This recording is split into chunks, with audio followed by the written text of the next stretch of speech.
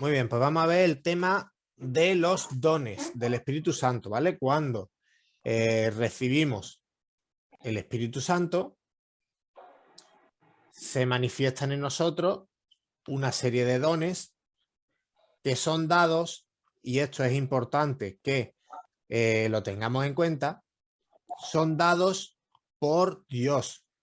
No es algo que nosotros podamos entrenar, no es algo que nosotros podamos adquirir mediante la experiencia, no es algo que un hermano adquiera a través de la madurez, ¿vale?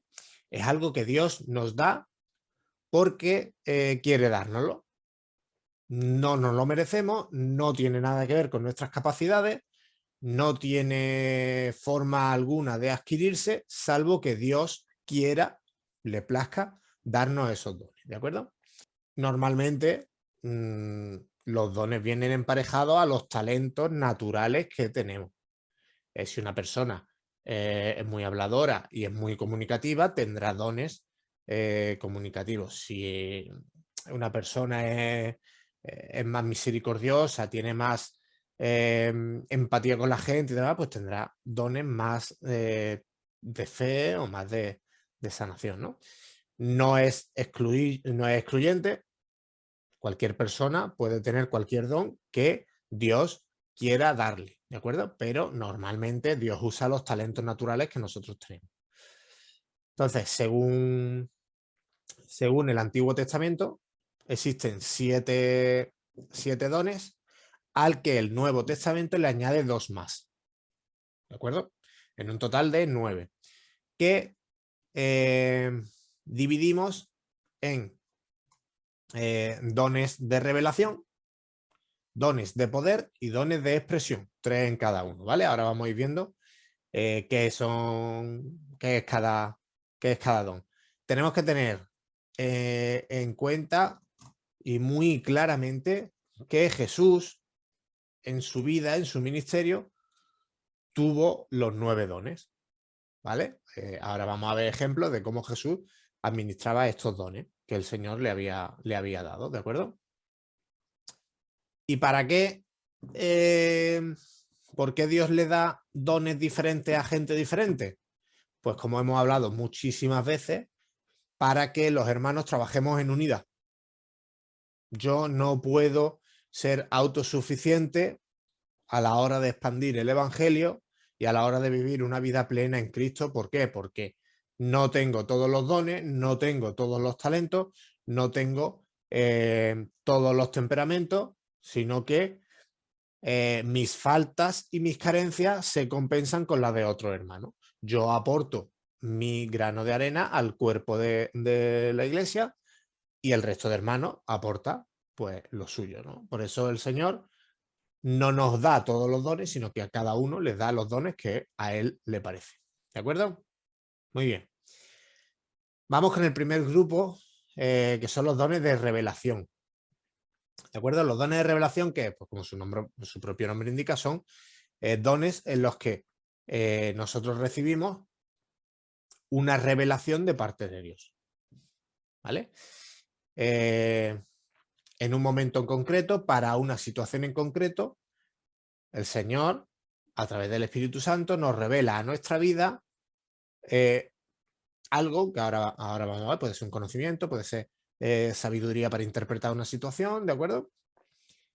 Y nos viene para ese momento en concreto, para saber cómo actuar, cómo llevar determinado asunto. Es importante que tenemos que tener en cuenta que los dones de revelación no se deben confundir con la sabiduría de un hermano maduro en la palabra, ¿vale? Una cosa es que yo estudie la Biblia y tenga un conocimiento amplio sobre la palabra, y otra cosa es que yo tenga el don de conocimiento, ¿vale? Ahora vamos a ver la diferencia entre el don de conocimiento y el don de sabiduría, ¿de acuerdo? Y yo puedo ser una persona muy sabia porque tengo mucha experiencia en la iglesia, he crecido mucho, tengo mucha madurez, pero no hay que confundirlo con el don de sabiduría, ¿vale? Son cosas diferentes. estos dones son muy peligrosos, ¿de acuerdo? ¿Por qué son peligrosos? Porque la gente suele usar de manera muy ligera frases como he sentido de parte del Señor que, el Señor me ha dicho que, yo he tenido la revelación de que el Señor dice que. Son muy peligrosos, porque la mayoría de las cosas salen de nosotros, no son de parte de Dios. Entonces, cuando nosotros decimos eso, normalmente queremos darle una importancia significativa a lo que vamos a decir. Y usamos, a veces queriendo, a veces sin querer, esa frasecita de he sentido de parte del Señor. Entonces, cuando ya alguien te dice he sentido de parte del Señor, tú lo recibes de manera como, uy, el Señor me va a hablar. Pero a lo mejor esa persona no lo ha sentido de parte del Señor. Entonces tenemos que tener mucho cuidado a la hora de decir que sentimos algo de parte de Dios. Yo creo que en mi vida he dicho 2 veces he sentido de parte de Dios. No lo habré usado más porque hay que tener mucho cuidado con esto porque nosotros podemos dañar mucho a una persona. Si nosotros tenemos un pensamiento en la cabeza, pensamiento humano, de que queremos darle un consejo a una persona y a lo mejor nuestro consejo está equivocado, si nosotros vamos y decimos, he sentido de parte del Señor que debes hacer tal. Ahora coge esa persona, nos hace caso porque cree que viene del Señor, se equivoca y ¿ahora qué? ¿De quién es la culpa? ¿No? Entonces, tenemos que tener muchísimo cuidado a la hora de expresar estos dones. Y a la hora de decir he sentido de parte del Señor, he tenido una visión, he tenido una revelación, ¿vale? Porque no todo lo que está en nuestra cabeza viene de parte de Dios.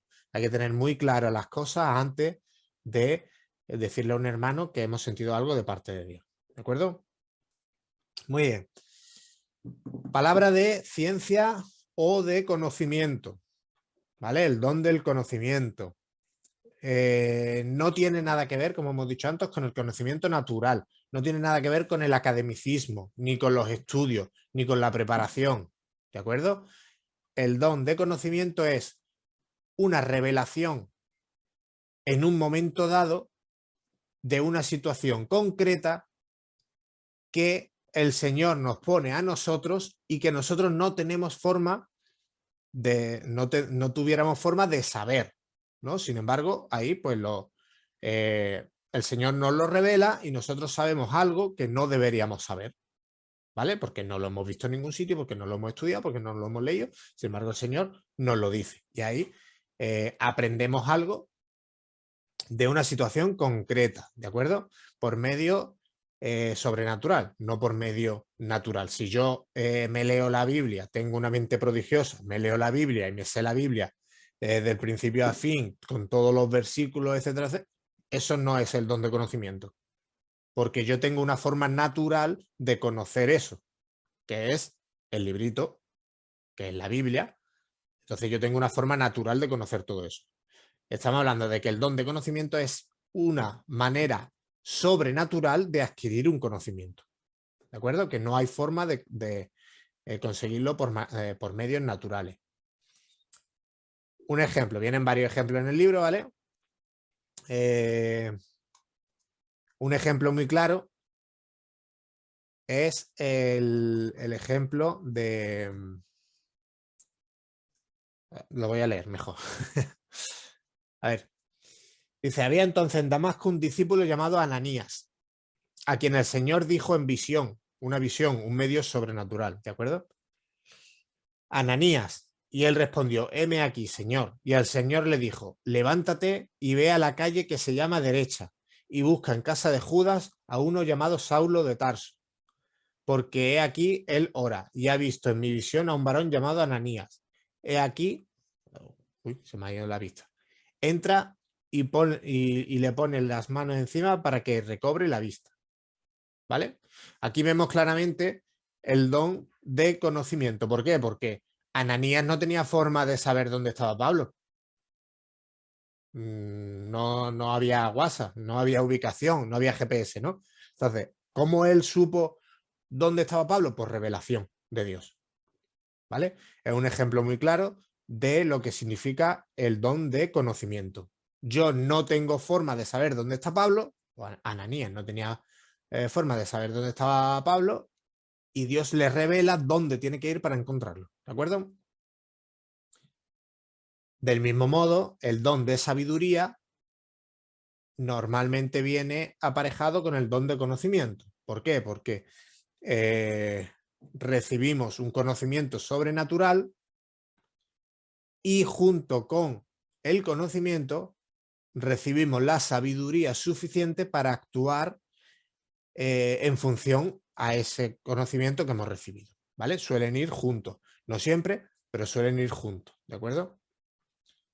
Igual que hemos dicho antes, es recibir un conocimiento, perdón, recibir una sabiduría especial para saber qué hacer en un momento determinado o en una situación determinada, o, por ejemplo, para aconsejar a una persona.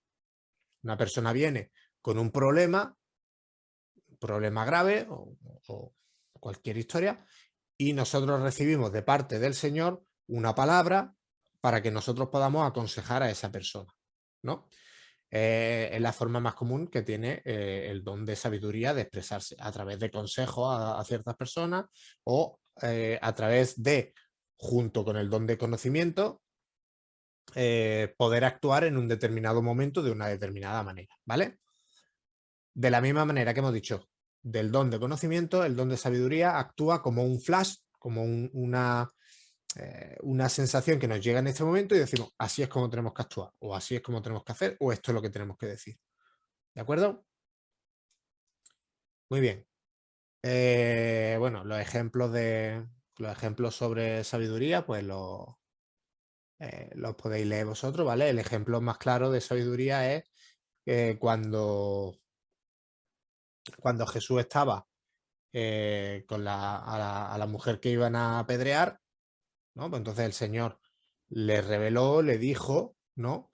Que dijera la frase que conocemos todos, ¿no? El que esté libre de pecado, que tire la primera piedra. Eso fue el don de sabiduría de Jesús, que en ese momento, pues tuvo esa frase en concreto, pues caló en todos los presentes, ¿no? Y salvó pues a la mujer de ser apedreada, ¿no?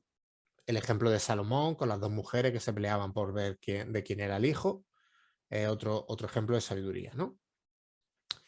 Y por último, de los dones de revelación está el don de discernimiento, ¿vale? El don de discernimiento también podemos correr el riesgo de confundirlo con nuestra propia inteligencia, ¿no? Yo soy muy listo, a mí nadie me engaña.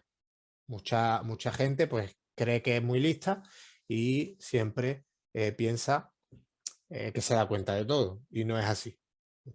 El don de discernimiento es por misericordia de Dios, que Dios nos revela cuáles son las cosas buenas y cuáles son las cosas malas, ¿vale? Tenemos que tener muy claro, y creo que ya lo hemos nombrado en algunos temas, que el diablo se disfraza de ángel de luz, y en los últimos tiempos vendrán falsos profetas con falsa doctrina y habrá gente que haga falsos milagros, etcétera, etcétera. Entonces, el don de discernimiento de espíritu es aquel que nos permite diferenciar cuando algo es de Dios y cuando algo no es de Dios, ¿vale? Hay gente que hace obras maravillosas, sin embargo, Dios revela a ciertas personas que esa persona no está haciendo obras por medio de dones de Dios, ¿de acuerdo? A mí, por ejemplo, me pasó con un ex hermano de la iglesia. Yo tenía un sentimiento terrible cuando estaba al lado de esa persona. Todo el mundo lo quería, todo el mundo muy bien, y yo pues tenía un sentimiento terrible al lado de esa persona. Con el tiempo se demostró que esa persona estaba en la iglesia eh, para fastidiar a la iglesia, ¿no? ¿Qué es lo que ocurre? Que yo era nuevo, yo no sabía, yo simplemente, pues esa persona pues me daba rechazo, no entendía que el Señor me estaba diciendo, oye, que esta persona no debe estar aquí, Y yo debería haber hablado con el pastor y debería haberle dicho lo que yo sentía en ese momento. No lo hice pues porque era nuevecito, no tenía yo mucho conocimiento y demás. Pero sí es verdad que el Señor me reveló que esa persona, ya tú, llegó a bautizarse y todo, ¿vale? Pero bueno, después de su bautizo, pues empezó a hacer una serie de cosas y, en fin, acabó yéndose a la iglesia. Entonces, el Señor nos revela en ciertos momentos si algo es de Dios o si algo no es de Dios, ¿vale? ¿Para qué nos sirve esto? Pues para que el enemigo no nos engañe. Sabemos que el diablo, como hemos dicho antes, se disfraza de ángel de luz y que además es el padre de la mentira. Entonces, nos puede llegar a alguien dándonos una palabra: oye, hermano, mira, he sentido de parte de Dios que debe hacer esto, tal, tal. Entonces el Señor nos revela con el don de discernimiento: no, no, no, eso que tú me estás diciendo no es adecuado, ¿vale? Pongo el ejemplo de Jesús. De nuevo, Jesús tenía todos los dones, como hemos dicho.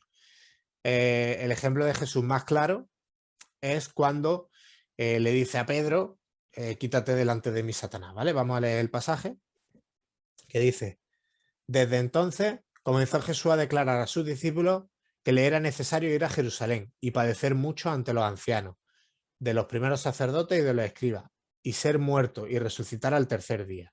Entonces Pedro, tomándolo aparte, comenzó a reconvenirle, diciendo: Señor, ten compasión de ti, en ninguna manera esto te acontezca. Pero él, volviéndose, dijo a Pedro: quítate delante de mí, Satanás, me eres tropiezo, porque no pones la mira en las cosas de Dios, sino en las de los hombres. ¿Vale? O sea, nosotros vemos como Jesús sabía lo que tenía que hacer y Pedro, con su buena voluntad, porque Pedro lo que quería era que Jesús no muriera, Pedro en toda su buena voluntad quiso evitar que Jesús fuera a Jerusalén. Sin embargo, Jesús, mediante el don de discernimiento, entendió que esas palabras estaban saliendo de la boca de Pedro a través de, o sea, por culpa de Satanás.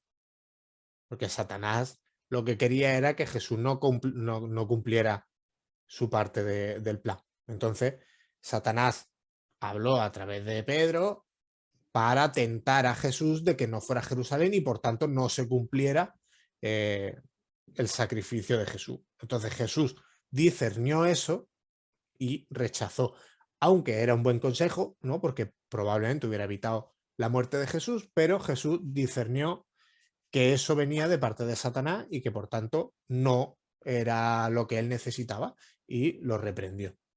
Vale, seguimos con los dones de poder. ¿Vale? Los dones de poder son aquellos que afectan al plano físico, al plano material. ¿De acuerdo? No, hemos visto que los dones de revelación son dones que actúan en el intelecto de la persona. Los dones físicos operan en el plano, o sea, perdón, los dones de poder operan en el plano físico. ¿De acuerdo? Al ser los dones más visibles, ya que operan en el plano físico, suelen ser los dones que la gente, que sirven más a la gente para creer, ¿de acuerdo? Entonces, debemos pedirle a Dios, es bueno, es lícito que nos dé este tipo de dones, ¿no? Para que nos ayude a edificar a la iglesia, ¿vale? El primero de los dones de poder es el don de fe, ¿vale? De nuevo, como hemos dicho en los otros casos anteriores, no debemos confundir el don de fe con la fe, ¿vale? Nosotros cuando creemos en Dios, tenemos fe en Él, ¿no? Ya hemos hablado varias veces de la fe. La fe es creer en algo que no se ve. Entonces, cuando nosotros decidimos seguir a Cristo, nosotros tenemos fe en Dios, ¿vale? Pero el don de fe, al igual que el don de conocimiento, el don de discernimiento y el don de sabiduría, es una fe especial que nos llega en un momento dado y que nos da esa seguridad absoluta de que algo va a ocurrir. Normalmente, antes de la manifestación de los otros dos dones de poder. ¿De acuerdo? Vemos un ejemplo en el don de fe, cuando el centurión se acerca a Jesús y le pide que sane a su criado, ¿no? Y el centurión le dice: di tu palabra y mi criado sanará. ¿De acuerdo? Entonces, ahí el centurión ejerce el don de fe porque él está seguro de que si Jesús dice esa palabra, su criado sanará. ¿Vale?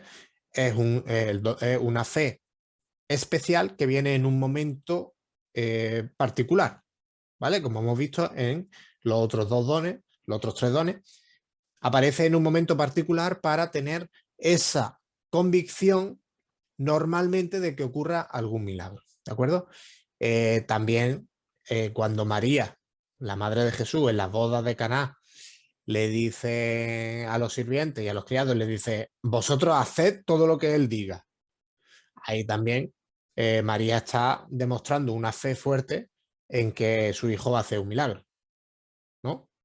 Entonces, vemos que el don de fe no hay que confundirlo con la fe que todo el mundo tenemos, sino que es una fe que viene justo antes de producirse algún tipo de milagro o en momentos especiales, ¿no? O en situaciones realmente trágicas, ¿no? Recibimos esa fe especial, ¿no? El don de milagros, pues como su propio nombre indica, es la capacidad que el Señor nos da para realizar milagros.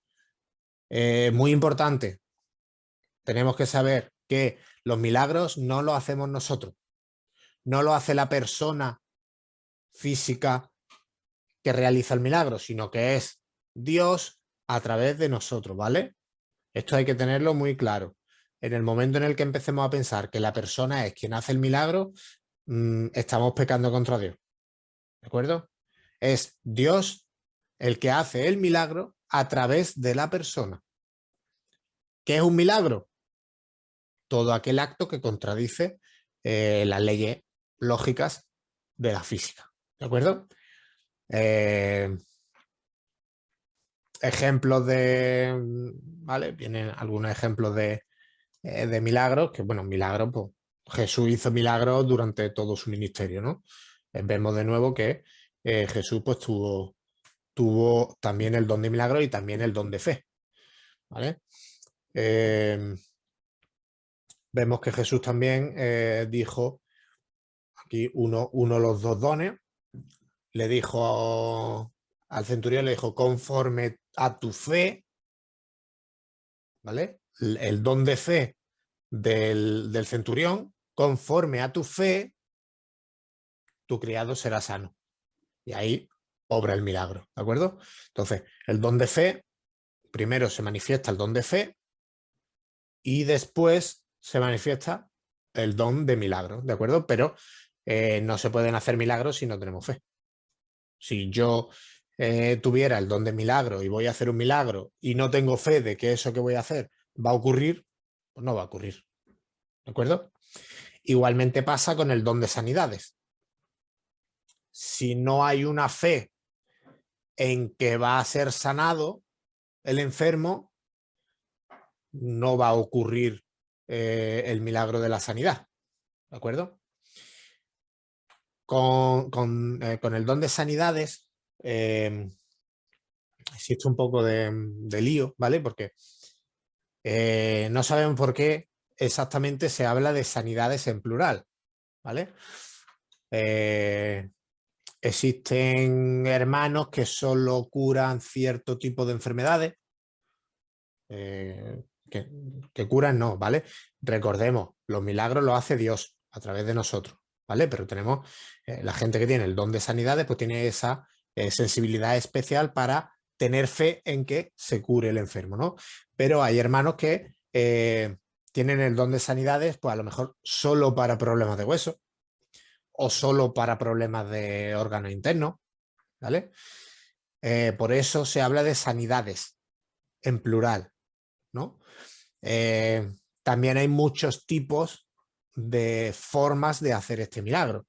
Jesús a unos le untó saliva en los ojos, a otros le untó barro, a otros simplemente le dijo, eres sano, y ni los tocó siquiera, a otros los tocó con el manto y fueron sanos también. Pedro sanaba con su sombra, ¿vale? O sea, la manifestación del don de sanidades es muy diversa, al igual que los tipos de sanidades también son muy diversos. Entonces, por eso se habla de sanidades en plural, ¿vale? Normalmente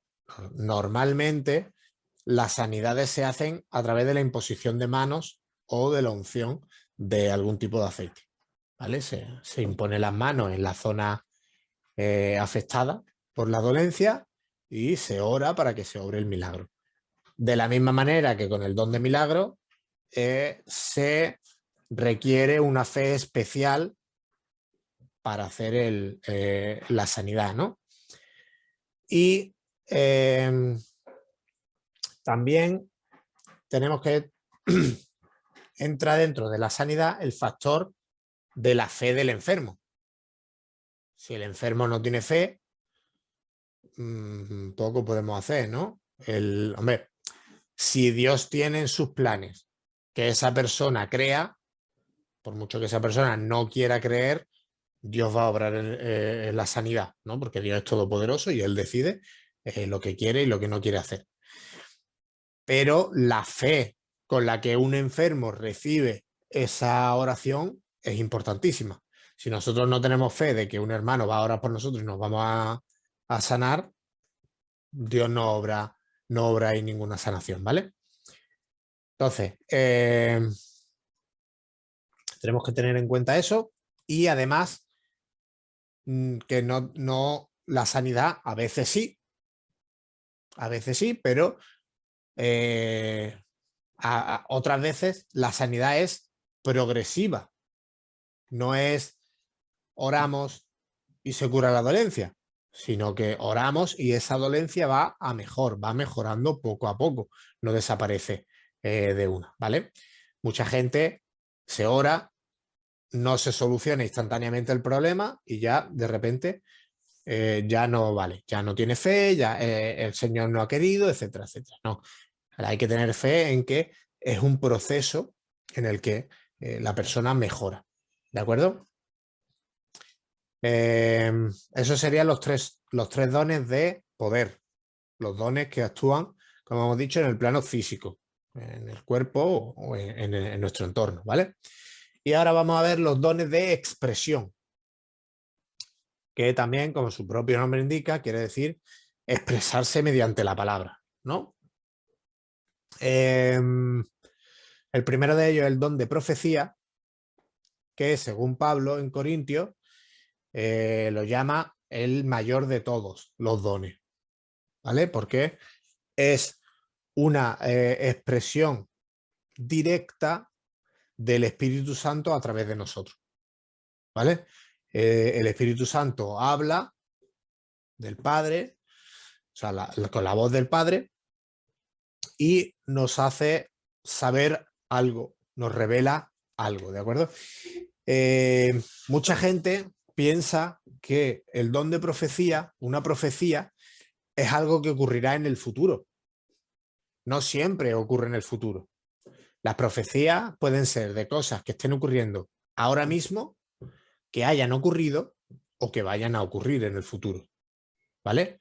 No tiene por qué ser siempre una profecía del futuro. Puede ser algo que en ese mismo instante esté ocurriendo en otro lugar, por ejemplo, ¿no? Dios sabe y Dios revela lo que Él quiere revelar, ¿vale? Importantísimo, importantísimo. Y esto es un error que ha llevado a innumerable gente a perderse.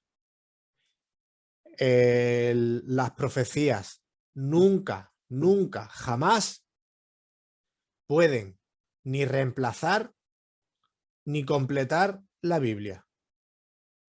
Nunca. Alguien que venga diciendo, el Señor me ha revelado algo que no pone en la Biblia. Mentira. No puede ser una profecía algo que sumar a la Biblia. Al igual que no puede ser una profecía que cambie algo de la Biblia. Jamás. ¿Por qué? Porque entonces estamos declarando que la Biblia es imperfecta. Y la Biblia no puede ser imperfecta porque está hecha por Dios. ¿De acuerdo? Entonces nadie puede recibir una profecía ni que reemplace ni que complete la escritura de la Biblia. Esto es lo que muchas sectas han hecho. Una persona recibe una revelación, añade ciertas cosas a ciertos pasajes de la Biblia y ¡pum!, crea una religión nueva y la gente lo sigue.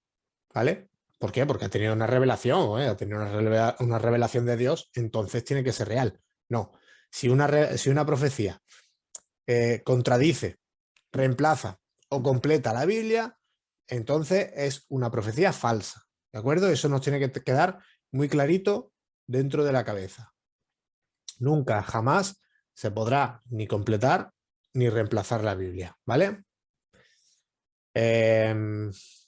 Bien. Ahora, tenemos que saber también que existe una diferencia entre profetizar y ser profeta. ¿De acuerdo? Ser profeta es un ministerio. Es una función dentro de la iglesia, dentro del cuerpo de Cristo. ¿Vale? Evidentemente, aquellos ministros que son profetas tienen el don de profecía.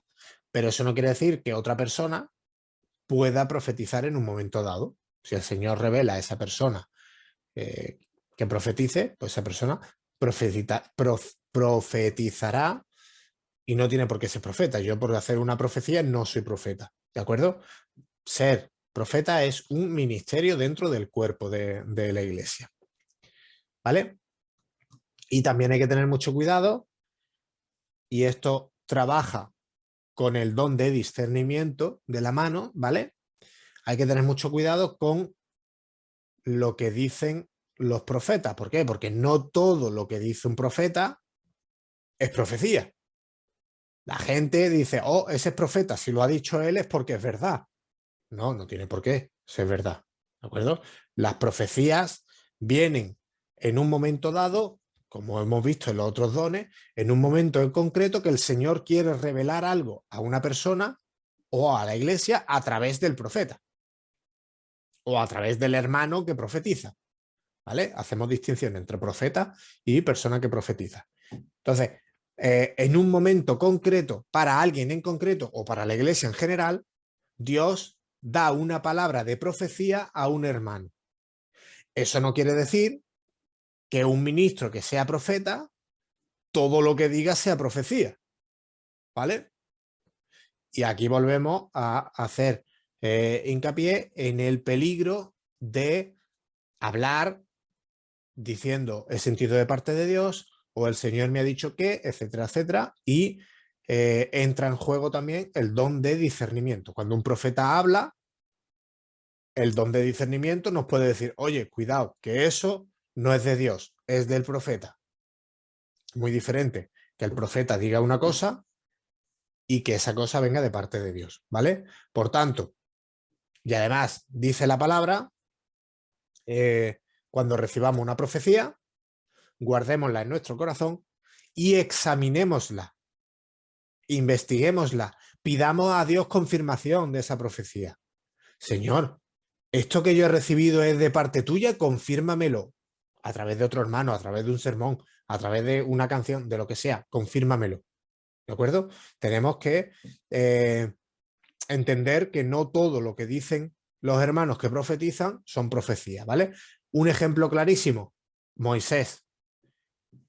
Cuando el pueblo de Israel en el desierto tenía sed, Dios le dijo, acércate a la piedra, háblale y saldrá agua.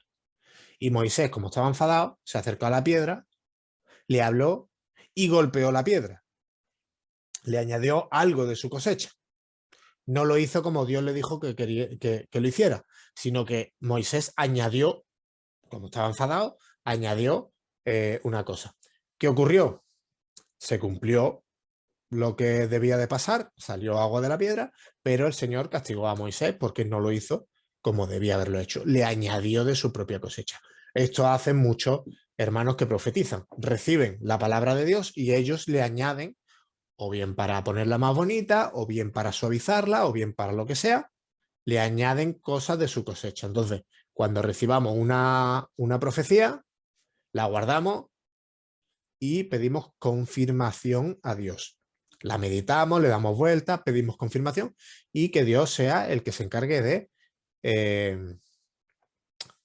de confirmárnosla. ¿De acuerdo? Bien, ese sería el primero de los dones de expresión. Y una cosa que se me había pasado. La profecía no te viene y tú la sueltas. ¿Vale? La profecía viene a tu corazón, al corazón de la persona que va a profetizar, y esa persona tiene el control de decirla o no decirla, y de decirla en el momento que él crea apropiado. ¿Vale? Yo recibo una profecía y yo no tengo que soltarla como, oh, me ha venido y boom, lo suelto. No, yo la recibo y espero al momento adecuado para revelarla. ¿Vale? Parece una tontería, pero es importante y ahora haremos un apunte sobre esto cuando terminemos el don de, los dones de expresión, ¿vale? Y los otros dos dones de expresión, pues son los que hemos hablado al principio de la tarde, que son el don de lenguas y de interpretación de lenguas, ¿vale? Las lenguas se usan para oraciones personales, para que nuestro espíritu conecte con Dios y hable directamente con Dios, pero también se usan para la edificación de la iglesia. Ahora, cuidado con el uso de la lengua en público. ¿Por qué? Porque, primeramente, si todo el mundo empieza a hablar en lenguas, se forma un escándalo, allí nadie entiende nada, es una locura y no vale absolutamente para nada. ¿Vale? Cuando se hace de manera ordenada y con un intérprete de lenguas, sirve para la edificación de la iglesia. ¿De acuerdo? Si hay una persona que ora en lenguas y nadie la entiende, pues no vale para nada. Entonces, siempre que existe una oración en lenguas dentro de la iglesia y un intérprete de lenguas que pueda darle el mensaje al resto de la congregación, existe, como hemos hablado antes, una profecía, se genera una profecía y una edificación de la iglesia, ¿vale? Pero soltar lengua así no sirve de nada porque no sirve para la edificación de la iglesia. E incluso si hay gente que viene de visita, gente que no está acostumbrada, pues ve eso y dice, aquí la gente está hecha la perdida y echa a correr. ¿De acuerdo? Entonces, hay que controlar muy bien los momentos en los que se tiene que orar en lengua en público. ¿De acuerdo? Siempre que sirvan para interpretación, perdón, para edificación de la iglesia y siempre que haya alguien con interpretación de lengua. Si no, puede ser incluso hasta perjudicial, ¿vale? Por tanto, tanto las profecías como las lenguas deben de hacerse de manera ordenada. No simplemente, me ha llegado una profecía, pum, la suelto. Voy a hablar en lengua y te pones ahora en lengua. No, hay que hacerlo de una manera ordenada. ¿Por qué? Porque el profeta, la persona que profetiza, la persona que habla en lenguas, tiene control sobre esos dones. ¿De acuerdo? Él lo recibe, es cierto que lo recibe, pero tiene el control de decir cuándo lo dice. ¿Vale? Entonces, cuando hay una congregación, se puede hacer todo de manera ordenada, esperar al momento adecuado para hablar en lengua o para profetizar. ¿De acuerdo? No es una posesión. Esto es muy importante. No es un estado, ¿vale? Como en otras religiones y en otras culturas, que la persona entra en un estado de meditación o en un estado de posesión, ¿vale?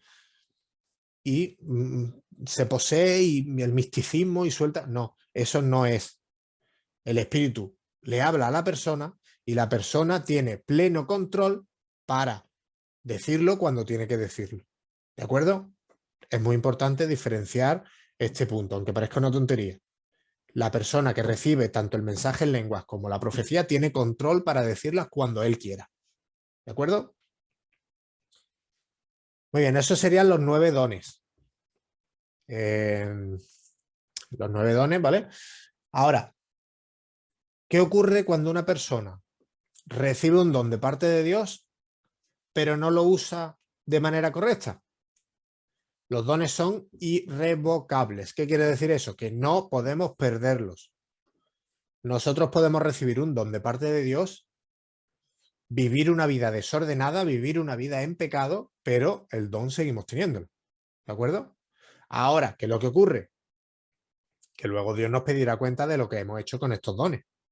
¿Vale? Recordamos la parábola de los talentos, en el que un señor le daba a su siervo, le daba 10 talentos, 5 talentos y 2 talentos. Y dice, invertirlo a ver cómo, bueno, es decir, cuidádmelo y cuando yo venga a ver qué habéis hecho, ¿no? Y uno lo multiplica, otro lo invierte y lo multiplica también y el otro pues no lo gasta, ¿no? Entonces el señor reprende o sea, reprende a su siervo que no ha ganado más y felicita a los que han invertido y han ganado más, ¿no? Eso es lo que va a hacer el Señor con nosotros. El Señor nos da unos dones y nos dice, a ver cómo inviertes tus dones en tu vida, ¿no? Y luego Él nos pedirá cuenta de lo que hemos hecho y lo que hemos dejado de hacer con esos dones. Pero los dones los tenemos. De nosotros depende el usarlos o no. Y vivir una vida adecuada, ¿no? Judas tenía dones. Judas hizo milagros, expulsó demonios y sanó a personas. Sin embargo, robaba del el dinero de ofrendas que daban a los hermanos, él robaba. ¿Vale? Sin embargo, él tenía dones y usaba sus dones, ¿no?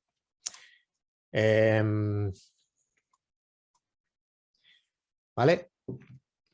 Y esto ya lo hemos dicho antes, me he adelantado, ¿vale? Y volvemos a hacer